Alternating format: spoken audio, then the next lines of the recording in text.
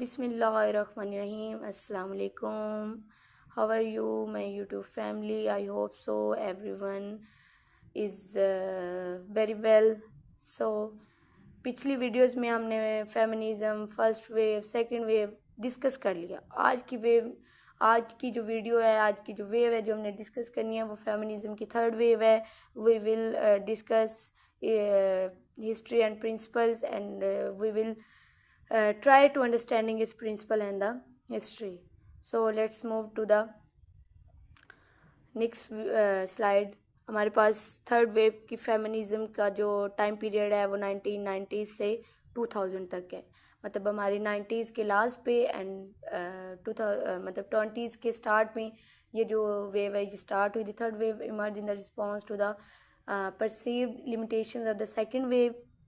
Yes, and which focused primarily on the issues faced by white and the middle class women. यहाँ पे मतलब इस wave के अंदर जब बात आती है रेस की, लोगों ने क्रिटिसाइज करना शुरू कर दिया कि white are the superior and the black are the inferior.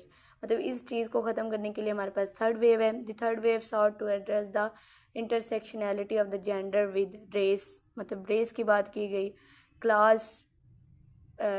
तब ये होता था कि जो एलीट क्लास है उनको ज़्यादा मतलब प्रेफरेंसेस दिए जाते थे, या जो ये कह सकते हैं कि जो लोअर क्लास या वर्किंग क्लास सोसाइटी के अंदर वुमेंस थी उनको डिग्रेड किया जाता था। Then sexuality and the other identities जो हमारी सोसाइटी में, और फेमिनिज़म सिर्फ वुमेन के लिए नहीं है, हमारे सोसाइटी में जो और भी आइडेंटिटीज़ हैं, सेक्सुअलिटी, जेंडर बेस, सो इन चीज़ों की जो डिस्क्रिमिनेशन है उसको ख़त्म करने के लिए 1990 से 2000 तक जो वेव चली वो फेमिनिज़म की थर्ड वेव कहलाती है, जिसके अंदर जेंडर्स पे बात हुई, रेस पे, क्लास पे, सेक्सुअलिटीज़ पे, और and you can say that other identities.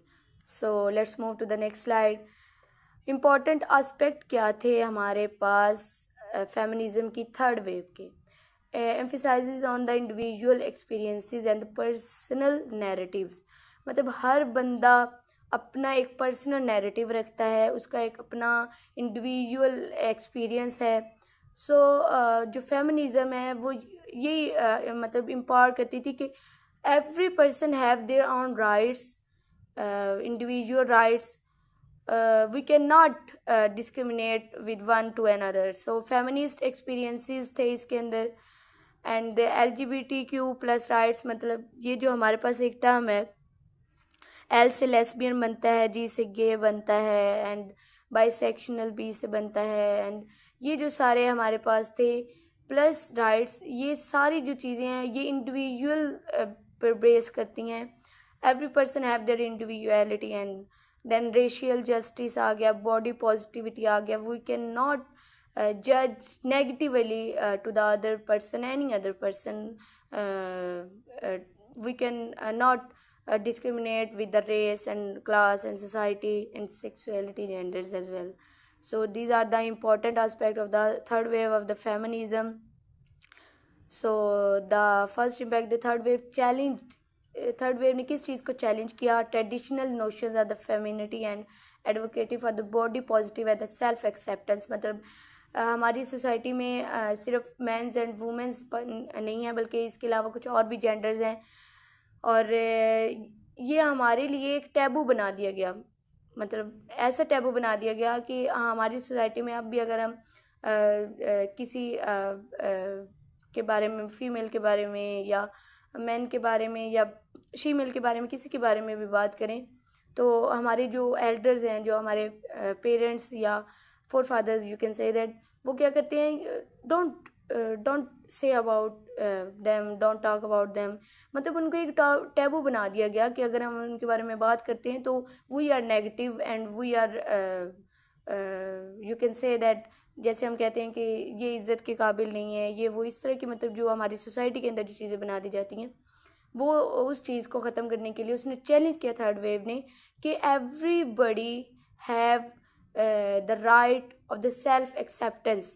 We can not जज anybody with negative notions and the negative norms, with negative ऐसे होता है ना, फॉर एग्जांपल कि हम नेगेटिव कमेंट्स पास कर देते हैं, तो एवरी पर्सन हैव देयर और self respect, so we cannot discuss in the negative sense.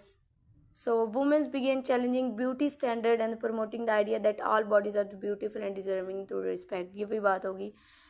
And then this shift helped to create a more inclusive and empowering environment for the women of all shapes, size and appearances. मतलब किसी को भी हम उसकी shape के, उसके size, उसके body colour, उसकी रेस, उसकी सेक्सुअलिटी, इन चीज़ों के बेस पे हम उनको बिल्कुल भी जो जज नहीं कर सकते, या फिर मतलब हम एम्पावर करते हैं वुमेंस को इस वेव के अंदर. So let's move to next slide. Prominent figures कौन कौन सी थी? Bell Hooks notable work include anti women, black women and the feminism के बारे में बात की, feminist theory from margin to centre and the will to change man, masculinity and the love.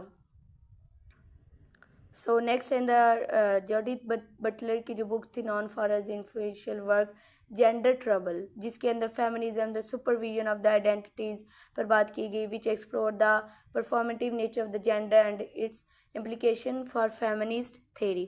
उसके बाद कैम्बेल क्रेनशॉ जो है उसने जो एक टर्म कॉइन की थी intersectionality, and wrote the extensively about the intersection of the race, gender, and the other forms of the identity oppressions.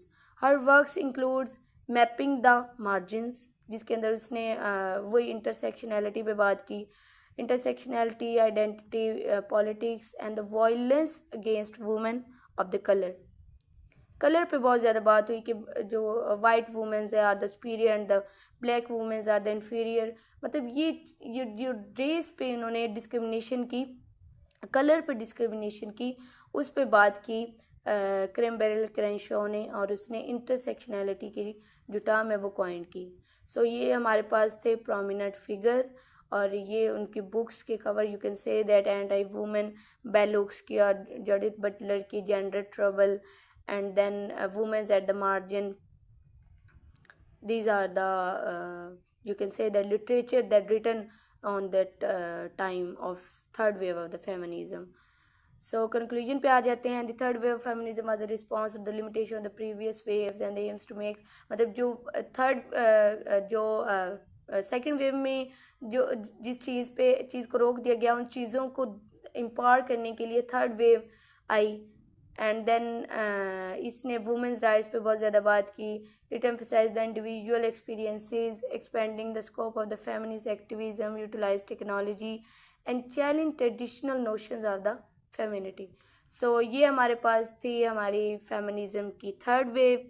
और अब हमारी जो नेक्स्ट वीडियो उसके अंदर हम फेमिनिज्म की फोर्थ वेव पर बात करेंगे और उसकी टाइप्स पे बात करेंगे. सो यहाँ पर हमारी जो ख़त्म होती है हमारी थर्ड वेव. सो इंशाल्लाह we will meet in the next video. अल्लाह हाफिज़.